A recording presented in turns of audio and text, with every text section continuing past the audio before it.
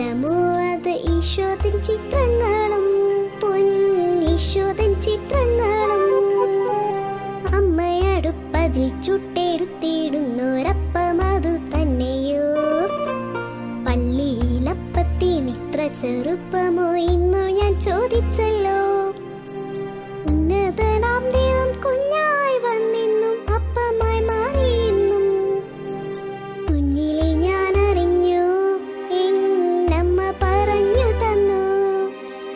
നീലക്കുറിഞ്ഞിക്ക് നീല നിറം മിന്നിതെങ്ങനെ കിട്ടിയമ്മേ? നീലമയിലിന്റെ പിലിയിതെന്റെ നീല നിറമയമ്മേ? മനമിതെന്റെ മാറി നിറത്തെ കാണിച്ചിടുന്നതമ്മേ? മഴവില്ലിനു പിന്നിൽ ഞാൻ എഴുതിറങ്ങളെ കണ്ടിതു തീർച്ചയമ്മേ. മഴവില്ലിനു പിന്നിൽ ഞാൻ എഴുതിറങ്ങളെ കണ്ടിതു തീർച്ചയമ്മേ.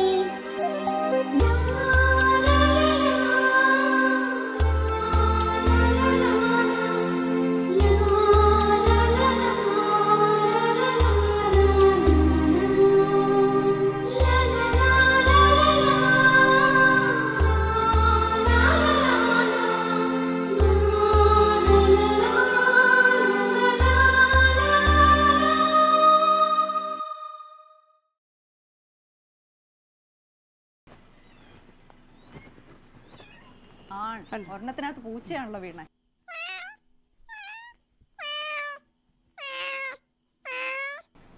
എലിക്കണിക്കകത്ത് എലിയുണ്ടോന്ന് നോക്കാം.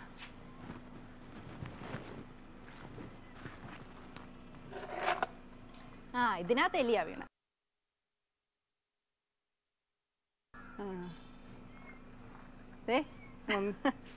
അപ്പോൾ ഒന്നിനകത്ത് പൂച്ചയും വീണു, ഒന്നിനകത്ത് എലിയും വീണു. ഒരു എലീനെ കിട്ടിയല്ലേ? എലി ഭയങ്കര ശല്യമല്ലേ നമുക്ക്. പൂച്ച വന്ന് ചാടിയതാണല്ലോ. ചേച്ചിയാ ഇതെന്നാ പരിപാടി? എലിക്കണി വെച്ചാ പൂച്ച വീണ. ഓ അത് ശരി. എന്റെ ഈശോയെ, ഇതന്നെ എലിപ്പെട്ടിക്കകത്ത് പൂച്ച വീണ എങ്ങനെയാ? പാവം, അത് അതിൽ പെട്ടുപോയി. ഇതിനകത്ത് എലിയുണ്ടോ? അതിനകത്ത് എലി വീണിട്ടുണ്ട്. അതെല്ലേ. അപ്പൊ ഈ നിങ്ങൾ ശരിക്കും ഈ പൂച്ച ഇവിടെ വളർത്തുന്ന പൂച്ചയല്ലേ? അതെ, ഇവിടത്തെ പൂച്ചയാ. അതാ കെണിക്കകത്ത് പെട്ടുപോയി അല്ലേ? ഇത് എലിശല്യം ഉണ്ടോ ഇവിടെ? എലിശല്യം ഉണ്ട്. അതാ ഇതിനകത്തൊരു എലീനെ കിട്ടി. അതെല്ലേ. ഇത് ഈ വീട്ടെലിയാ, കുഞ്ഞിതല്ലേ? ചെറുതായതുകൊണ്ട് വീടിനകത്ത് കയറുന്ന എലിയാ. ദൈവം, പാവം പൂച്ചയുടെ കാര്യം കഷ്ടത്തിലായിപ്പോയി അല്ലേ? ഞാനേ അന്ന് ഗ്രേസിനെ അന്വേഷിച്ചെന്ന് വന്നായിരുന്നു. അപ്പൊ ഗ്രേസി ഇങ്ങോട്ട് പോന്നിട്ടുണ്ടെന്ന് അറിഞ്ഞു. അവിടെ ഞാൻ ചെന്ന് നോക്കിയായിരുന്നു. എന്റെ ദൈവം, ഇപ്പൊ ഇത് കെണി ഇവിടെ ഇതെന്നതാ? പക്ഷി ഉണ്ടോ ഇതിനകത്ത്? അതെയോ, 2 ഉണ്ട്. ഒരെണ്ണേ കാണാവുള്ളല്ലോ. അതെ അല്ലേ? രണ്ടും ഉണ്ടെന്ന് തോന്നുന്നല്ലേ അതിനകത്ത്. അതുങ്ങൾ ശാന്തമായിട്ട് കിടക്കുക അല്ലേ? ഇത് പൂച്ചക്കാണ് വെപ്രാളം മുഴുവനും. പൂച്ച ഇങ്ങനെ കല്ലിപ്പെട്ടിയിലൊന്നും വീണിട്ടില്ല. എലി ശാന്തമായിട്ടിരിക്കുന്നു. അത് പിടച്ച് മടുത്തു അല്ലേ? പൂച്ച എപ്പോഴും സ്വതന്ത്രമായിട്ട് നടന്നല്ലേ? പക്ഷെ ഇതുണ്ടല്ലോ, ഇനി കുറേ ദിവസം ഇതിനെ ഇങ്ങനെ ഇട്ടേക്കാണ്. ഇച്ചിരി ഭക്ഷണവും വെള്ളവും ഒക്കെ കൊടുക്കാമെങ്കിൽ അവർ അതിനകത്ത് തന്നെ കിടന്നോളും ശാന്തമായിട്ട്. ഇതിപ്പോ വീണ ഉടനെ ആയതുകൊണ്ടായി വെപ്രാളം മുഴുവനും. ഇപ്പൊ കണ്ടോ, പക്ഷികൾ കിടക്കണുണ്ടോ? ഒരു കുഴപ്പമില്ല. അവർക്ക് സമയാസമയം ഇച്ചിരി ഇത് കിട്ടി. അവര് സ്ഥിരം അവിടെ കിടക്കുന്നവരാ. അതുകൊണ്ട് അവർക്ക് ഒരു കുഴപ്പമില്ല. അവരവിടെ കിടക്കുക അല്ലേ? ഒന്നുമില്ല. അവർക്ക് സന്തോഷം, ഹാപ്പി ആയിട്ട് അവിടെ ജീവിക്കുക. ഇതാണ് വെപ്രാളം. ഇത് കണ്ടോ? ശരിക്കും ഇത് കാണുമ്പോഴേ മനുഷ്യരും ഇങ്ങനെയല്ലേ കെണിപ്പെട്ടു പോണത് അല്ലേ? ശരിക്കും പറഞ്ഞാലേ അതിന്റെ വെപ്രാളം കണ്ടോ? പാവം. അത് കൈയൊക്കെ നീട്ടി പുറത്തേക്കിട്ട് രക്ഷപ്പെടാനുള്ള മാർഗമാണ് നോക്കുന്നത്. ഇതിങ്ങനെ കുറേ തല്ലിപ്പടച്ച് കഴിയുമ്പോൾ ശാന്തമാകും. വല്ലതും തിന്നാൻ കിട്ടി അവിടെ തന്നെ അങ്ങ് നിലനിൽക്കുകയും ചെയ്യും. ശരിക്കും എൻ്റെ പൊന്നെ, ഇതും ഓർത്ത് നോക്കിയാലേ മനുഷ്യനും ഇങ്ങനെ കെണിപ്പെടുക. ചേച്ചി, നമുക്ക് അകത്തോട്ട് ഇരിക്കാം. എന്നാ ഇതേതായാലും ഈ പക്ഷികളെയൊക്കെ കണ്ടോണ്ടിരിക്കാൻ നല്ലതല്ലേ? പക്ഷെ അതുങ്ങളുടെ വിഷമം നമുക്കേ അറിയാവുള്ളൂ.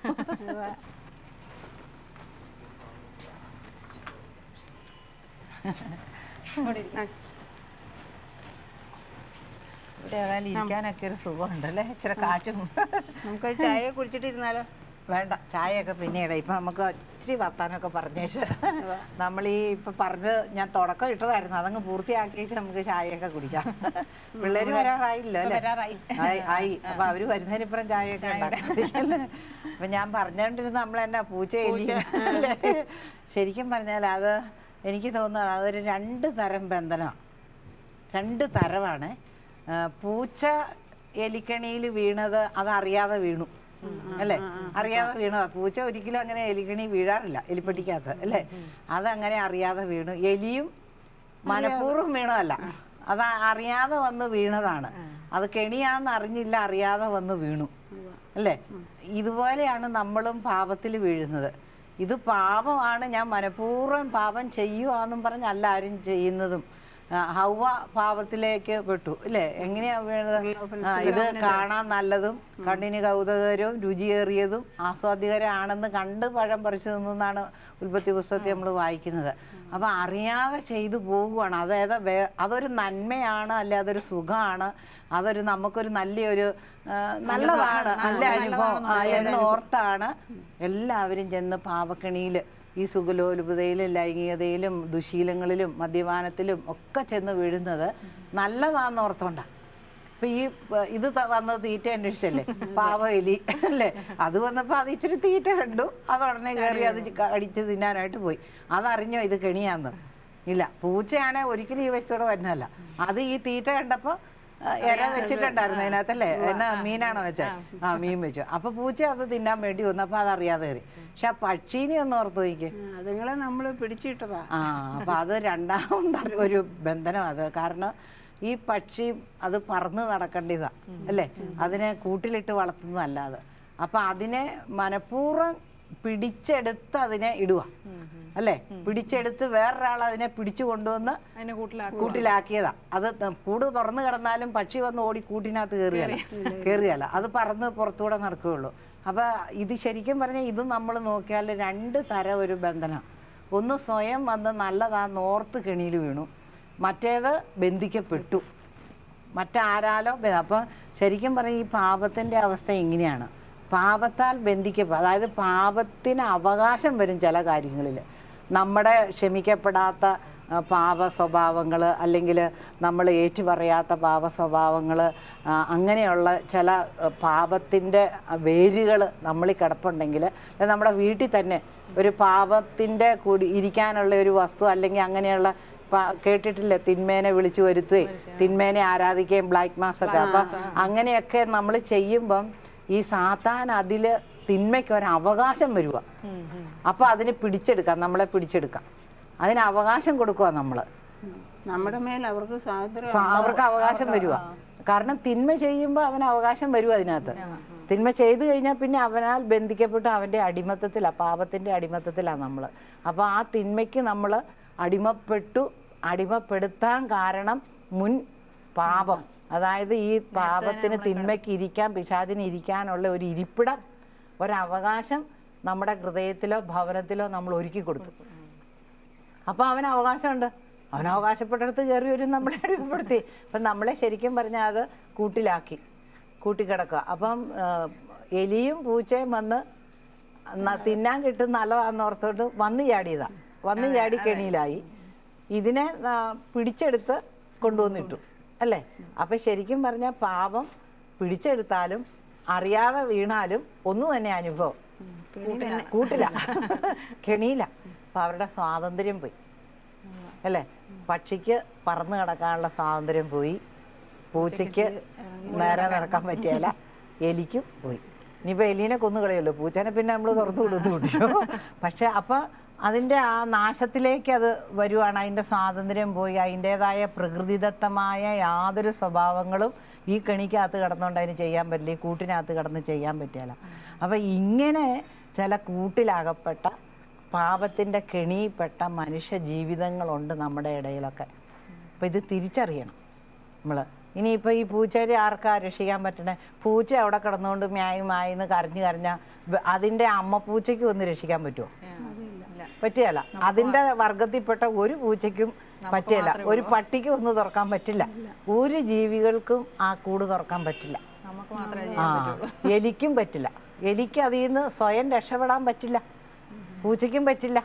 അപ്പം നമ്മൾ തിരിച്ചറിയണം, നമ്മളൊരു പാപത്തിൻ്റെ അടിമത്തത്തിലേക്ക് വീണു പോയാൽ, അതറിഞ്ഞോ അറിയാതെയോ വീണു പോയാൽ അവിടുന്ന് സ്വയം നമുക്ക് രക്ഷപ്പെടാൻ പറ്റില്ല.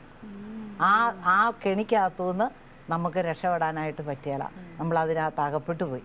അപ്പം നമ്മൾ അവിടെ കിടന്ന് ഇനി ഇച്ചിരി തീറ്റയും ഒക്കെ കൊടുത്താൽ ചിലപ്പോൾ കുറേ നേരം മിണ്ടാണ്ടാവും. ഇപ്പോൾ പക്ഷി കണ്ടില്ലേ, മിണ്ടാണ്ട് കിടക്കും. ഇച്ചിരി തീറ്റയൊക്കെ കിട്ടി, ഇനിയിപ്പോൾ ഇതാണ് അതിൻ്റെ ലോകം എന്ന് ഓർത്ത് അതിനകത്ത് കിടും.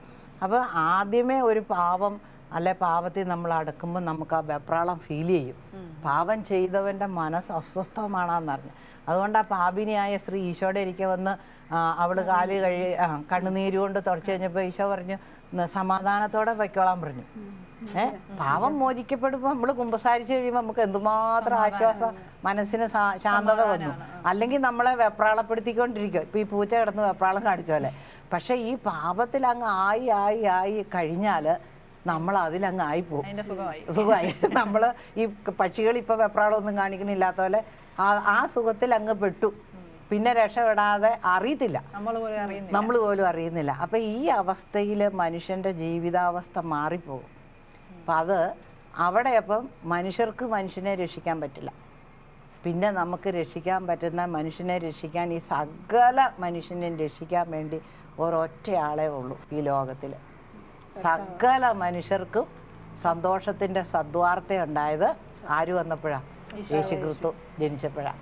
അപ്പം ഈശോയ്ക്ക് മാത്രമേ ഇങ്ങനെയുള്ള അവസ്ഥയിലായിരിക്കുന്ന ജനത്തെ രക്ഷിക്കാൻ പറ്റുള്ളൂ, മനുഷ്യരെ കൊണ്ട് പറ്റില്ല. അതുകൊണ്ടാണ് അന്ന് മാലാഖമാർ പാടിയത് ഭൂമിയിൽ ദൈവകൃപ ലഭിച്ചവർക്ക് സമാധാനം. അപ്പോൾ ഒരു സന്തോഷത്തിൻ്റെ സദ്വാർത്ത അന്ന് ഉണ്ടാവുക ചെയ്ത്. അതുപോലെ തന്നെ ഈശോ ലൂക്കായുടെ സുവിശേഷം നമ്മൾ വായിക്കുമ്പോൾ യേശയ്യാ പ്രവാചകന്റെ പുസ്തകം അവന് നൽകപ്പെട്ടു. പുസ്തകം തുറന്നപ്പോൾ ഇപ്രകാരം എഴുതിയിരിക്കുന്ന അവൻ കണ്ടു: കർത്താവിൻ്റെ ആത്മാവ് എൻ്റെ മേലുണ്ട്, ദരിദ്രരെ സുവിശേഷം അറിയിക്കാൻ അവിടുന്ന് എന്നെ അഭിഷേകം ചെയ്തിരിക്കുന്നു. ബന്ധിതർക്ക് മോചനവും അന്ധർക്ക് കാഴ്ചയും അടിച്ചമർത്തപ്പെട്ടവർക്ക് സ്വാതന്ത്ര്യവും കർത്താവിന് സ്വീകാര്യമായ വത്സരവും പ്രഖ്യാപിക്കാൻ അവിടുന്ന് എന്നെ അയച്ചിരിക്കുന്നു. അപ്പോൾ ബന്ധിതർക്ക് മോചനം കിട്ടുക. ഇപ്പം ഈ പൂച്ചയെ പോലെ, എലിയെ പോലെ, ഈ പക്ഷിയെ പോലെ ബന്ധിക്കപ്പെട്ട അവസ്ഥയിൽ, പാപത്തിൽ ബന്ധിക്കപ്പെട്ട അവസ്ഥയിൽ കിടക്കുന്ന ജനത്തിന് മോചനം നൽകാൻ വന്ന ഏക വ്യക്തി, ഏക ദൈവം യേശുക്രിസ്തു. ഇപ്പം ഈ പൂച്ച വെപ്രാളം കാണിച്ച എന്തിനാ? എങ്ങനെ വേലും രക്ഷപ്പെടണം. അപ്പോൾ അതുപോലെ നമ്മൾ രക്ഷപ്പെടാൻ ആഗ്രഹിക്കണം, സ്വയം ആഗ്രഹിക്കണം. ഞാനിനി രക്ഷപ്പെടണേ ഇല്ല, ഇത് തന്നെ എൻ്റെ സുഖമെന്നും പറഞ്ഞ് കിടന്നാൽ പറ്റില്ല. എൻ്റെ മദ്യപാനവും മാറ്റണ്ട, എൻ്റെ ദുശീലവും മാറ്റണ്ട, എനിക്കിത് സുഖമാണ്, ഇനി നിങ്ങളാരും എന്നെ ഉപദേശിക്കാൻ വരണ്ടെന്ന് പറഞ്ഞ് ജീവിച്ചാൽ പറ്റില്ല. നമ്മൾ സ്വയം ആഗ്രഹിക്കണം, എനിക്ക് ഈ അവസ്ഥയിൽ നിന്ന് രക്ഷപ്പെടണം, ഒരു സ്വാതന്ത്ര്യം അനുഭവിക്കണം എന്നുള്ള ആഗ്രഹം നമ്മളിലേക്ക് കടന്നു വരണം. അപ്പോൾ ആ ലെവലിൽ വന്നാൽ നമ്മൾ ഏറ്റവും വിളിച്ചപേക്ഷിക്കാൻ ഒരാളേ ഉള്ളൂ എന്നുള്ള തിരിച്ചറിവ് കിട്ടണം. ഈശോയെ വിളിക്കണം. അപ്പോൾ ഈശോയെ വിളിക്കുമ്പോൾ ഈശോ നമുക്ക്, വിശുദ്ധ ഗ്രന്ഥം നമ്മൾ വായിക്കുമ്പോൾ ഈശോ 3 രീതിയിൽ നമുക്ക് നമ്മളെ രക്ഷയിലേക്ക് കൊണ്ടുവന്നതായിട്ട് നമുക്കാണ്. ഈ പാപത്തിൻ്റെ ബന്ധനത്തിൽ നിന്ന്, മരണം ഒരു ബന്ധനമാണ്, അതിൽ നിന്ന് രക്ഷപ്പെടുത്തുന്ന. അപ്പോൾ ഇത് പെട്ടിയായി, ഇപ്പോൾ നമ്മൾ എലിപ്പെട്ടി എന്ന് പറയും അല്ലേ, കെണി വെച്ചിരിക്കുന്ന എലിപ്പെട്ടി എന്ന് പറയണം. അപ്പോൾ അതുപോലെ ഈ ബന്ധനത്തിൻ്റെ ഒരു പെട്ടിയിൽ നിന്ന് രക്ഷയിലേക്ക് നയിക്കാൻ ഏതാണ്ട് 3 മാർഗങ്ങൾ നമുക്ക് മനസ്സിലാക്കാനായിട്ട് പറ്റും. കാരണം ആദ്യം ഈശോയെ സ്വയം, അതായത് ഈശോ കരുണ കാണിച്ച് സ്വയം ഈശോ ചെയ്യുന്ന രക്ഷയുടെ മാർഗമുണ്ട്. അതായത് നായിനിലെ വിധവയുടെ മകൻ മരിച്ചുപോയി. അപ്പോൾ ആ ശവമഞ്ചത്തിൽ ആ ഘോഷയാത്ര സിമിത്തേരി അതിനെ അടക്കാൻ വേണ്ടി പോകുമ്പം ഈശോ ആ വഴിക്ക് വരിക, ഈശോ അത് കാണുക. ഈ വിധവ ഈശോയോട് ആവശ്യപ്പെടുന്നില്ല എൻ്റെ മകനെ ഒന്ന് രക്ഷിക്കുക. കാരണം ഒരുപക്ഷെ ഈ വിധവയ്ക്ക് ഈശോയെ അറിയില്ലായിരിക്കാം. പിന്നെ മരിച്ചു കിടക്കുന്ന ആള് തോന്നലുമില്ല, പറയാനും പറ്റില്ല, മരിച്ചു കിടക്കുക, ശവമായിപ്പോയി. അത് കണ്ടു നിന്നവരാരും ഈശോയോട് ആവശ്യപ്പെടുന്നതായിട്ട്, കാരണം ഈശോയെ അന്നെല്ലാവരും അന്ന് അറിയപ്പെട്ടില്ലെന്ന് വിചാരിച്ചു. പക്ഷേ ഈശോ എങ്ങനെയാ സൗഖ്യപ്പെടുത്തിയത്, ആ മരണത്തിൽ നിന്ന് അതിനെ രക്ഷിച്ചത്? അവിടെ പറയുന്നുണ്ട്, ആ കണ്ണുനീര്, ആ അമ്മയുടെ വിധവയുടെ കണ്ണുനീര് കണ്ട് കർത്താവിൻ്റെ മനസ്സലിഞ്ഞു, കരുണ തോന്നി. കരുണയാ, ഈശോ കരുണാമയനല്ലേ. അപ്പം ഈശോയ്ക്ക് ആ അമ്മയുടെ, വിധവയായ അമ്മയുടെ ഏക മകനാ, അവൻ മരിച്ചപ്പോൾ ആ ദുഃഖം, ആ അമ്മയുടെ കണ്ണുനീര് കണ്ട് ഈശോയ്ക്ക് മനസ്സലിഞ്ഞു. സ്വയം അത് ഈശോ ചെയ്യുക. അങ്ങനെ സ്വയം ഈശോ ചെയ്യുന്ന വേറൊരു അനുഭവമുണ്ട്. നമ്മൾ ഇവിടെ യോഹന്നാൻ്റെ സുവിശേഷം 5-ാം അധ്യായം. അതിൽ ബെസൈദ കുളക്കരയിൽ കിടക്കുന്ന ഒരു രോഗിയുണ്ട്. 38 വർഷമായിട്ട് നമ്മൾ വായിച്ചിട്ടില്ലേ അത്? 38 വർഷമായിട്ട് കിടക്കുക. അവനെ യേശു കണ്ടു എന്നാണ്. അതായത് നമ്മൾ യോഹന്നാൻ്റെ സുവിശേഷം 5-ാം അധ്യായം വായിക്കുമ്പോൾ അതിൽ ബെസൈദ കുളക്കരയിൽ 38 വർഷമായിട്ട് കിടന്ന രോഗിയെ കണ്ടപ്പോൾ ഈ രോഗിക്ക് ഈശോയൊന്നും അറിയത്തില്ല. അവിടെ കിടക്കുന്നവന് അവിടെ കിടക്കുമ്പോൾ ഈശോ അവൻ്റെ അടുക്കലേക്ക് ചെല്ലുക. അത് വായിക്കുന്നുണ്ട് നമ്മൾ. എന്നാ പറയാം, അവിടെ കുരുടരും മുടന്തരും തളർവാദക്കാരും അനേകം രോഗികൾ കിടന്നിരുന്നു. 38 വർഷമായി രോഗിയായിരുന്ന ഒരുവൻ അവിടെ ഉണ്ടായിരുന്നു. അവൻ അവിടെ കിടക്കുന്നത് യേശു കണ്ടു. അവൻ വളരെ നാളായി കിടപ്പിലാണെന്നറിഞ്ഞ് യേശു ചോദിച്ചു, സുഖം പ്രാപിക്കാൻ നിനക്ക് ആഗ്രഹമുണ്ടോ? അപ്പം ഇവൻ അങ്ങോട്ട് ചെന്ന് ആവശ്യപ്പെട്ടില്ല. ഈശോ ഇവനെ കണ്ടു, അവൻ്റെ അവസ്ഥ മനസ്സിലാക്കി. 38 വർഷമായിട്ട് കിടക്കുകയാണ് എന്നുള്ളത് അവൻ്റെ ശരിക്കും പറഞ്ഞാൽ അവൻ്റെ അവസ്ഥ ഈശോ തിരിച്ചറിഞ്ഞു. ഈശോയ്ക്ക് കരുണയുണ്ടായി. കാരണം അവൻ പറയുന്നുണ്ട് അവൻ്റെ നിസ്സഹായാവസ്ഥ. പിന്നീട് നമ്മൾ വായിക്കുമ്പോൾ എന്നെ ഈ കുളത്തിലെ വെള്ളം ഇളകുന്ന സമയത്ത് ഒരു മാലാഖ വന്ന് ഈ കുളത്തിലെ വെള്ളം ഇളക്കും. അന്നേരം ആ വെള്ളത്തിൽ ആദ്യം ഇറങ്ങുന്ന ആൾക്കാർ സൗഖ്യം കിട്ടണേ. ഇവൻ തളർന്നു കിടക്കുന്നത് 38 കൊല്ലമായിട്ട് ഇവനെ ആരും ഇറക്കാനില്ല. പിന്നെ രണ്ടാമതായിട്ട് നമ്മൾ ഒരെണ്ണം കാണുന്നുണ്ട്, തളർവാദ രോഗി. അതായത് മറ്റുള്ളവരുടെ നിലവിളി കേട്ടിട്ട്, മറ്റുള്ളവരുടെ നിലവിളി കേട്ട്, മറ്റുള്ളവരുടെ യാതന കേട്ട്, മറ്റുള്ളവരുടെ വിശ്വാസം കണ്ട് ഈശോ ആ മോചനം കൊടുക്കുന്നുണ്ട്. അത് തളർവാദ രോഗിയുടെ നമ്മൾ ഓട് പൊളിച്ച് ഇറക്കുന്ന 4 പേര് ചേർന്ന് അല്ലേ, അവർ ഈശോ ഇരുന്ന മുറിയിലേക്ക് കൊണ്ടുവരുമ്പോൾ ജനം ചുറ്റിക്കൂടി നിൽക്കുക. അപ്പോൾ ആർക്കും ഈശോയുടെ ഒരിക്കൽ ഈ തളർവാദ രോഗിയെ കട്ടിലോടുകൂടി കെട്ടിക്കൊണ്ടുവന്നേക്കുക. അപ്പം ഇതിനെ എടുത്തു കൊണ്ടുവരാൻ പറ്റില്ല, വാതിലെല്ലാം അടഞ്ഞ് ജനം നിൽക്കുക. അപ്പം അവരൊരു ബുദ്ധി ഉപയോഗിച്ച് ഓട് തുറന്ന് ഓട് പൊളിച്ചിട്ട്, അന്ന് ഓടല്ല മേൽക്കൂര പൊളിച്ചിട്ട് കയറെ കെട്ടി ഈശോ ഇരുന്ന കാൽച്ചോട്ടിലേക്ക് ഇതിനെ ഇങ്ങനെ ഇറക്കി അങ്ങ് വിട്ടു. കട്ടിലോടുകൂടി ഇങ്ങനെ ഇറക്കി. അപ്പം ഈശോ നോക്കിയപ്പം ഒരാളെ കട്ടിലെ കെട്ടിയിട്ടേക്കുമല്ല, അത് വീണ് പോകാതെ ഇരിക്കാൻ ആ കട്ടിലോട് കൂടി കെട്ടിയത്. തളർവാതിരി അന്ന് കാറും ജീപ്പും ഒന്നുമില്ല, കട്ടിലെ ചുമന്നുകൊണ്ടല്ലേ വരാൻ പറ്റുള്ളൂ, ഒരാളെ യാത്രാ വാഹനങ്ങളൊന്നുമില്ല. അപ്പം അതിനെ കണ്ടപ്പം അതൊന്നും പറഞ്ഞില്ല. തളർന്ന് കിടക്കുന്നവൻ്റെ നാവനങ്ങുമോ? അവന് മിണ്ടാൻ പറ്റുമോ? ഇത് യേശു വന്നവൻ അറിയാവോ? ഒന്നും അറിയത്തില്ല. അപ്പോൾ ഈശോ ഇങ്ങനെ ഈ കയറിൻ്റെ അറ്റം എവിടെയാണെന്ന് ഇങ്ങനെ നോക്കി, ഇത് എവിടുന്നാണ് ഈ വന്നേ? മുകളിലേക്ക് നോക്കി ഈശോ ഇങ്ങനെ നോക്കുമ്പോൾ ഇത് കൊണ്ടുവന്നവരുടെ കണ്ണുകൾ അവൻ കണ്ടുവെന്നാണ് വചനത്തിൽ എഴുതി വച്ചിരിക്കുന്നത്. അവരുടെ വിശ്വാസം ആ കണ്ണുകളെ കാണാൻ പറ്റുള്ളൂ. കാരണം ഇങ്ങനെ ഇറക്കി വിട്ടതല്ലേ ഉള്ളൂ. അപ്പം 4 പേരുടെ ആകുമ്പോൾ 4 പേരുടെയും കൂടെ മുഖമല്ലേ കാണാൻ പറ്റുള്ളൂ. അവരുടെ ആ കണ്ണുകളിലുള്ള വിശ്വാസവും യാചനയും. അപ്പം അവർക്ക് വിശ്വാസമുണ്ട്, ഈശോയുടെ ഒരിക്കൽ ഈ കിടപ്പ് രോഗീനെ കൊണ്ടുവന്നാൽ അവൻ സൗഖ്യം കൊടുക്കും. ആ വിശ്വാസം അവരുടെ ഹൃദയത്തിലുള്ളത് കൊണ്ടാണ് അവർ ഓട് പൊളിച്ച് അല്ലെ മേൽക്കൂര പൊളിച്ച് ഈ രോഗിയെ ഈശോയുടെ ഒരിക്കലെത്തി. വിശ്വാസമില്ല എത്തിക്കും. ആദ്യത്തേത് ഈശോ കരുണ സ്വയം തോന്നി ചെയ്തു. രണ്ടാമത്തേത് മറ്റുള്ളവരുടെ വിശ്വാസം കണ്ടിട്ട്. അതുപോലെ നമ്മളൊരു മാർക്കോസിൻ്റെ സുവിശേഷം 9-ാം അധ്യായം നമ്മൾ വായിക്കുമ്പോൾ അവിടെ ഇങ്ങനെ കാണുന്നുണ്ട്. അതായത് ഒരു ബാലനെയും കൊണ്ട് അപ്പൻ വന്നു, പിശാച് ബാധിച്ചതാണ്. പിശാചിനെ ബന്ധിക്കപ്പെട്ട് കിടക്കുന്ന അവസ്ഥയിലിരുന്ന വെച്ചാൽ വായിൽ നിന്ന് നൊരയും പതയൊക്കെ വരുന്നത്. അപ്പോൾ അതിനെ കൊണ്ടുവന്ന് ശിഷ്യന്മാർക്ക് ആർക്കും അതിനെ സൗഖ്യപ്പെടുത്താൻ പറ്റിയില്ല. അപ്പം ഈശോയുടെ ഇടയ്ക്ക് കൊണ്ടുവന്നപ്പോൾ ഈശോ ചോദിച്ചു, ഇവന് എത്ര നാൾ? അപ്പോൾ ചെറുപ്പത്തിലേ തുടങ്ങിയതാണെന്നാണ് പറഞ്ഞത് ഈ രോഗം. അപ്പോൾ എന്നിട്ട് പിതാവ് വിളിച്ചു പറയണം, നിനക്ക് സാധിക്കുമെങ്കിൽ അവനെ സുഖപ്പെടുത്താൻ. അപ്പോൾ ഈശോ പറഞ്ഞു സാധിക്കുമെന്നോ, അതായത് വിശ്വസിക്കുന്നവന് എല്ലാം സാധ്യമാകുമെന്ന് പറഞ്ഞത്. അപ്പോൾ ആ പിതാവ് പറഞ്ഞു, എൻ്റെ ആ വിശ്വാസം പുറത്ത് എൻ്റെ മകനെ രക്ഷിക്കണം എന്ന് പറഞ്ഞപ്പോൾ ആ വിശ്വാസം അപ്പൻ്റെ വിശ്വാസം മകൻ ചോദിച്ചില്ല. മകൻ പ്രേതബാധിതനായിട്ട് അവൻ നിലത്ത് കിടന്നുരുളുന്നു, വായിക്കിടന്നൊരയും പൊതയൊക്കെ വരുന്നു. അവൻ ആ അവസ്ഥയിൽ ബന്ധിക്കപ്പെട്ടിരിക്കുക. പിശാച് അവനെ ബന്ധിച്ചു വെച്ചിരിക്കുക. ആ ബന്ധനത്തിൽ നിന്ന് യേശു അവനെ മോചിപ്പിച്ചു. പുറത്തു പോകാൻ പറഞ്ഞു പിശാചിനോട്. അപ്പോൾ ആ ബാലനിൽ നിന്ന് സാത്താൻ പുറത്തു പോയി കൊച്ച് സൗഖ്യമുള്ളവനായി മാറി. അപ്പോൾ അവിടെ ആ കൊച്ച് ആവശ്യപ്പെട്ടോ? പിതാവാണ് മാധ്യസ്ഥം വഹിച്ചത്. പിന്നെ അതുപോലെ നമ്മൾ സ്വയം വന്ന് മോചനം നേടിയവരുണ്ട്. സ്വയം വന്നിങ്ങോട്ട് വന്ന്. അതിനൊരു ഉദാഹരണമാണ് നമ്മൾ അന്ധയാചകൻ്റെ, അത് നമ്മൾ മത്തായിയുടെ സുവിശേഷം 9-ാം അധ്യായത്തിലാണെന്ന് തോന്നുന്നു അല്ലേ, അന്ധയാചകന് അവൻ യേശു പോകുന്ന വഴിയിൽ ഭിക്ഷ യാചിച്ചുകൊണ്ടിരുന്നതാണ്. അപ്പോൾ അവൻ അവിടെ ഇരുന്നു കൊണ്ട് വിളിച്ചു, ദാവീദിൻ്റെ പുത്ര എന്നിൽ കനിയണമേ. അവൻ ആഗ്രഹിക്കുക, അവന് സ്വയം രക്ഷപ്പെടണം, സ്വന്തമായിട്ട് അവന് രക്ഷപ്പെടണം എന്ന് അവൻ സ്വയം തീരുമാനിച്ച് ഉറപ്പിച്ച്, അവനെ ആരും പ്രേരിപ്പിച്ചതല്ല. കാരണം ഇവൻ വിളിച്ചപേക്ഷിച്ചപ്പോൾ നാട്ടുകാരനെ അറിഞ്ഞു, എടാ മിണ്ടായിരിക്കാൻ പറഞ്ഞു, നിന്റെ ശബ്ദം കാരണം മിണ്ടാണ്ടിരിക്കാൻ പറഞ്ഞു. പക്ഷെ അവൻ്റെ ആഗ്രഹം, അവൻ്റെ ഉള്ളിലുള്ള ആഗ്രഹം, എനിക്ക് രക്ഷപ്പെടണം, എനിക്ക് കാണണം, കാഴ്ച കിട്ടണം എന്നുള്ള ആ സ്വാതന്ത്ര്യം വേണമെന്നുള്ള ആ ഒരു ആഗ്രഹത്തിൻ്റെ ഒരു തള്ളൽ, ഒരു പ്രേരണ ഇങ്ങ് വന്നപ്പോൾ അവൻ ഉറക്കെ വിളിച്ചു, ദാവീദിൻ്റെ പുത്ര എന്നിൽ കനിയണമേ. യേശു അത് കേട്ടു. യേശു അവിടെ നിന്നു, അവനെ അടുത്തേക്ക് വിളിച്ചു. ഈശോ അവന് സൗഖ്യം. നിനക്ക് എന്ത് വേണമെന്ന് ചോദിച്ചു. എനിക്ക് കാഴ്ച കിട്ടണമെന്ന് പറഞ്ഞു. അവന് കാഴ്ച കിട്ടി. അവൻ യേശുവിനെ അനുഗമിച്ചു എന്ന് നമ്മൾ വചനത്തിൽ വായിക്കുന്നുണ്ട്. അപ്പം അവിടെ വേറെ ആരും അവനെ നിർബന്ധിച്ചില്ല.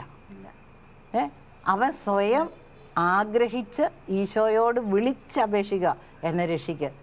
അപ്പം ശരിക്കും ഈ ദുശീലത്തിൽ പെട്ട് കിടക്കുന്നവരുടെ ഹൃദയം ഒന്ന് തുറക്കണം. അപ്പോൾ വചനം കേട്ടാലേ അത് തുറക്കാൻ പറ്റുള്ളൂ, അല്ലെ മറ്റുള്ളവർ പറഞ്ഞു കൊടുക്കണം അത്. അപ്പോൾ ആ യേശുവിൽ നിന്ന് എനിക്ക് സൗഖ്യം കിട്ടുമെന്നൊരു ഉറപ്പ് അവരുടെ ഹൃദയത്തിൽ കിട്ടണം. അപ്പം ആ ഉറപ്പ് ഉണ്ടാക്കി കൊടുക്കേണ്ടത് ആരാ? നമ്മളൊക്കെയല്ല. അജ്ഞതയിലായിരിക്കുന്നവർ, യേശുവിനെ അറിയാത്തവർക്ക് യേശുവിൻ്റെ നാമം കൊടുക്കേണ്ടത് ആരുടെ ചുമതലയാണ്? നമ്മുടേതാ. നമ്മൾ അറിഞ്ഞവരാ. അപ്പം ഈശോയെ അറിഞ്ഞവരാ നമ്മളൊക്കെ. അപ്പം നമ്മുടെ ചുമതലയാണ് ഇത്. അന്ധകാരത്തിൽ കിടക്കുന്നവരുണ്ട്, പാപത്തിൻ്റെ അടിമത്തത്തിൽ കിടക്കുന്നവരുണ്ട്. അവർക്ക് യേശുവിനെക്കുറിച്ച് കേട്ടാലല്ലേ, വിശ്വാസം കേൾവിയിൽ നിന്നും, കേൾവി പ്രസംഗത്തിൽ നിന്നും യേശുവിനെ പറ്റിയുള്ള പ്രസംഗം കേൾക്കുമ്പോഴാണ് അവർക്ക് വിശ്വാസം വരുള്ളൂ നമുക്ക്. അപ്പോൾ അവരെ അതിൽ നിന്ന് രക്ഷിക്കേണ്ട ചുമതല നമുക്കുണ്ട്. അപ്പോൾ ഈ അന്ധയാചകൻ വിളിച്ചപേക്ഷിച്ചു. അങ്ങനെ യേശു ആ ബന്ധനത്തിൽ നിന്ന് മോചനം കിട്ടി. ആ അന്ധകാരത്തിൽ നിന്ന് അവനെ മോചിപ്പിച്ചു. ഇനി ഒരു വിളിച്ചപേക്ഷിക്കലും ഇല്ലാതെ വളരെ സൈലൻ്റായിട്ട് ഒരാൾ ഈശോയുടെ ഇരിക്കെ വന്ന് മോചനം നേടിച്ചു പോകുന്നുണ്ട്. ലൂക്കായുടെ സുവിശേഷം 8:20 തോന്നുന്നു. അതിനകത്ത് രക്തസ്രാവക്കാരി സ്ത്രീ, രക്തസ്രാവക്കാരി സ്ത്രീയ. അന്ന് ഈശോ കുരിശ് മരിച്ചിട്ടില്ല, യേശു രക്ഷകനാണെന്നൊന്നും എല്ലാവർക്കും അറിയത്തുമില്ല. പക്ഷെ ആ കാലഘട്ടത്തിൽ അവൻ പോകുമ്പോൾ ജനങ്ങൾ ചുറ്റുകൂടി അവനെ തിക്കിയിരുന്നു. അപ്പോൾ ഇവിടെ അപ്പോൾ 12 വർഷമായി രക്തസ്രാവമുണ്ടായിരുന്നവളും ആർക്കും സുഖപ്പെടുത്താൻ കഴിയാതിരുന്നവളുമായ ഒരു സ്ത്രീ പിന്നിലൂടെ വന്ന് അവൻ്റെ വസ്ത്രത്തിൻ്റെ വിളിമ്പിൽ സ്പർശിച്ചു. തൽക്ഷണം അവളുടെ രക്തസ്രാവം നിലച്ചു. യേശു ചോദിച്ചു, ആരാണ് എന്നെ സ്പർശിച്ചത്? ആരും മിണ്ടിയില്ല. അപ്പോൾ ഈ രക്തസ്രാവക്കാരി സ്ത്രീ എങ്ങനെയാണ് വന്ന ഈശോയുടെ ഇരിക്കൽ? അവളെങ്ങനെയോ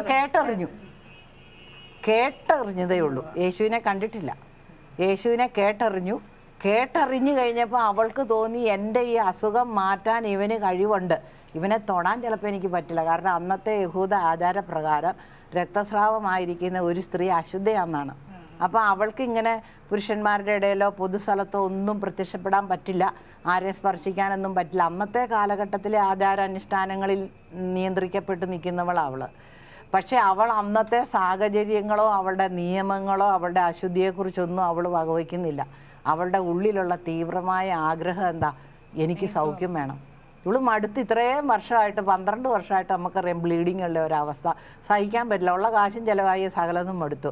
അപ്പോൾ അവൾ നിശ്ചയിച്ചു, വേറെ ആരെയും കൂട്ടും പിടിച്ചില്ല, അവൾ തനിച്ചിറങ്ങി വരിക. യേശു പോകുന്ന വഴിയിലൂടെ വന്ന്, അന്നത്തെ കൊടും നിയമമാണ്, സ്ത്രീകളെ അത്ര വിലയുള്ള കാലമല്ലെന്ന്. പക്ഷേ ഇതിൻ്റെ ഇടയേക്കൂടെ ഈ ഈശോയുടെ ചുറ്റിനും പുരുഷന്മാരുണ്ടല്ലോ, അവരെ എല്ലാം മാറ്റി ഇതിൻ്റെ ഇടയേക്കൂടെ വന്നിട്ട് യേശുവിനെ തൊടാൻ ചിലപ്പോൾ ധൈര്യമില്ലായിരിക്കും. പക്ഷെ അവളുടെ മനസ്സിൽ തീരുമാനിച്ചു, അവൻ്റെ വസ്ത്രത്തിലെങ്കിലും ഒന്ന് തൊട്ടാൽ മതി, എനിക്ക് സൗഖ്യം കിട്ടും. അതുകൊണ്ട് ഇടയ്ക്കൂടെ തിങ്ങി ഞെക്കി കയറി വന്നിട്ട് കിട്ടിയത് വസ്ത്രത്തിൻ്റെ ഒരു തുളുമ്പ. പക്ഷെ അത് തൊട്ടത് ഈശോയ്ക്ക് കാര്യം മനസ്സിലായി, ശക്തി പുറപ്പെട്ടു, അവൾ സൗഖ്യം പ്രാപിച്ചു. അവളുടെ ശരീരത്തിൽ അപ്പം തന്നെ അറിഞ്ഞു. നമുക്കറിയാം, നമുക്ക് സ്ത്രീകൾക്കറിയാം, ബ്ലീഡിങ് നിൽക്കുമ്പോൾ നമുക്കറിയാം, ബ്ലീഡ് ചെയ്തുകൊണ്ടിരിക്കുമ്പോൾ, ബ്ലീഡിങ് ഉണ്ടായിക്കൊണ്ടിരിക്കുമ്പോൾ നമുക്കത് ഫീൽ ചെയ്യും ശരീരത്തിൽ. അവൾക്ക് അപ്പം തന്നെ അത് ബോധ്യപ്പെട്ടു, അവൾ അപ്പം തന്നെ സൗഖ്യപ്പെട്ടു. ആരാ സൗഖ്യപ്പെടുത്തിയത്? ഈശോ. അവൻ്റെ വസ്ത്രത്തിലൊന്ന് തൊട്ടതേ ഉള്ളൂ. അതാ ഈശോ പറഞ്ഞ, നീ വിശ്വസിച്ചാൽ നിനക്കെല്ലാം സാധ്യമാണ്. അപ്പം നമുക്ക് ഈ മൂന്നവസ്ഥയിലും ജനത്തിന് രക്ഷപ്പെടാൻ യേശുവിൻ്റെ അടുക്ക് വരാം. യേശു സ്വയം കാരുണ്യം കാണിച്ച് ഈശോയുടെ മനസ്സാത്, ആ മനസ്സിൽ ഈശോ സൗഖ്യം തരും. 2, മറ്റുള്ളവർ മാധ്യസ്ഥ പ്രാർത്ഥന നടത്തി. ഇപ്പം നമ്മുടെ വീട്ടിൽ നമ്മൾ ആർക്കൊക്കെ വേണ്ടി പ്രാർത്ഥിക്കാം? നമ്മുടെ ജീവിത പങ്കാളിയുണ്ട്, മക്കളുണ്ട്, നമ്മുടെ കുടുംബാംഗങ്ങളുണ്ട്, ഗ്രാൻഡ് പേരൻസ് ഉണ്ട്, അല്ലേ, അമ്മായിയമ്മ അമ്മായിപ്പനൊക്കെ ഉണ്ട്. അവർക്കൊക്കെ വേണ്ടി നമ്മൾ മാധ്യസ്ഥം വഹിച്ച് പ്രാർത്ഥിക്കണം. ഉറപ്പായിട്ടും അവരെല്ലാവരും ആ ശരിക്കുള്ള രക്ഷയിലേക്ക് കടന്നു വരും. ഇപ്പം ഇല്ലെന്നല്ല, പക്ഷേ യഥാർത്ഥത്തിലുള്ള രക്ഷ യേശുവിൽ നിന്ന് നമ്മൾ സ്വീകരിച്ചെടുക്കുമ്പോഴാണ് നമ്മൾ ആ യേശുവിൽ ഒന്നായി ആ രക്ഷയുടെ അനുഭവം നമുക്ക് അനുഭവിക്കാൻ പറ്റുള്ളൂ. അപ്പം നമ്മളിനി ഒരു രീതിയിലും ബന്ധപ്പെടുക, അല്ല നമ്മുടെ വീട്ടിൽ ആരെങ്കിലും, ഇപ്പോൾ ഒത്തിരി സ്ത്രീകൾ പറയാറുണ്ട് കൗൺസിലിങ്ങിനൊക്കെ വരുമ്പോൾ, മകൻ അങ്ങനെയാണ്, വിശ്വാസമില്ല, അല്ലെ പാപത്തിൽ ജീവിക്കുന്നു, അല്ലെങ്കിൽ ലൈംഗികതയുടെ ബന്ധനത്തിൽ അവിഹിത ബന്ധത്തിലാണ്, എങ്ങനെ രക്ഷിക്കുക, ആര് രക്ഷിക്കും, ഞാൻ എന്തോരം പറഞ്ഞിട്ടും കേൾക്കണില്ല, എന്തേരം ഇടത്ത് ഉപദേശിച്ചു. പക്ഷെ നമ്മൾ വിശ്വസിക്കുക, കർത്താവായ യേശുവിൽ വിശ്വസിക്കുക, നീയും നിൻ്റെ കുടുംബവും രക്ഷ പ്രാപിക്കും. അപ്പം നമുക്ക് രക്ഷയുടെ വാഗ്ദാനം ഈശോ തന്നിട്ടുണ്ട്, തന്നു കഴിഞ്ഞു. ഇനി നമ്മളത് ഏറ്റെടുക്കുക, അത് സ്വീകരിക്കുക, അത് ആസ്വദിക്കുക, ഈശോയോട് കൂടെ സന്തോഷമായിട്ട് ജീവിക്കുക. ഇപ്പം ആ പൂച്ചേനെ തുറന്നു വിടുമ്പോൾ എന്താ അതിൻ്റെ സന്തോഷം കണ്ടോണം? അതിനെ തുറന്നു വിടുമ്പോൾ അത് കുതിച്ച് ചാടി ഓടും, അല്ലേ? എലീനെ നമുക്ക് ഇതിനെ തുറന്നു വിടാൻ പറ്റില്ല. അതിനെ തുറന്നു വിട്ടാലോ ഒറ്റ പോക്ക് കൊണ്ട് പോകും, അല്ലേ? പക്ഷിയെ തുറന്നു വിട്ടാലോ അയ്യോ, അതിലും വലിയ സന്തോഷമായിട്ട് അത് പറന്നു. ശരിക്കും അതുങ്ങളോടൊക്കെ ചെയ്യുന്ന വലിയ ദ്രോഹം ഇതിനെയൊക്കെ പിടിച്ച് കൂട്ടി തന്നെ കേട്ടില്ല, അല്ലേ? ശരിക്കും തന്നെ ഒരു പാട്ടുണ്ടല്ലോ പണ്ട് നമ്മൾ പഠിച്ചൊരു ബന്ധനം കാഞ്ചനക്കൂട്ടാണെങ്കിലും ബന്ധനം തന്നെ, അല്ലേ? ശരിക്കും അതാണ്. ഏത് പാപത്തിന്റെ ബന്ധനമായാലും ഏത് രീതിയിലുള്ള ബന്ധിക്കപ്പെട്ട അവസ്ഥയിൽ നിന്ന് രക്ഷിക്കാൻ കഴിവുള്ളവൻ ഒരാൾ മാത്രം. അതാരാ? കർത്താവായ യേശുക്രിസ്തു, കേട്ടോ. അപ്പം ഇനി നമുക്ക് നേരമുണ്ടോ? ഞാനിപ്പോൾ പോകാനായിട്ട് അതിലെ ഗ്രേസിയെ കാണാഞ്ഞുകൊണ്ട് ഇതിലെ കയറി വന്നതാണ്. ഗ്രേസി ഇവിടെ ഉണ്ടെന്നറിഞ്ഞു, അവിടെ ചെന്നപ്പോൾ മോളുണ്ടായിരുന്നു. അപ്പം നമുക്കൊരു പുതിയ പ്രോഗ്രാമൊക്കെ തുടങ്ങണം. അപ്പം അതിനെക്കുറിച്ചൊന്ന് ആലോചിച്ചിട്ട് വരാം. ഇനി സ്മിതയൊക്കെ അങ്ങ് വരണം കേട്ടോ. നമ്മുടെ സാന്താക്കാസയിൽ സ്ത്രീകളുടെ പ്രോഗ്രാമാണ്. അപ്പം അവിടെയെല്ലാം ഇതൊക്കെയാണ് നമ്മൾ പറഞ്ഞു കൊടുക്കുകയും പഠിപ്പിക്കുക. നമുക്ക് രക്ഷിച്ചെടുക്കണം, വേണ്ടേ? സുവിശേഷം ജോലി ചെയ്യണ്ടേ? ശുശ്രൂഷ ചെയ്യണം. ഇതൊക്കെയാണ് ശുശ്രൂഷ. എന്നാ അങ്ങനെ ആയിക്കോട്ടെ. ഇനിയിപ്പോൾ കാപ്പിയൊക്കെ കുടിച്ചിട്ട്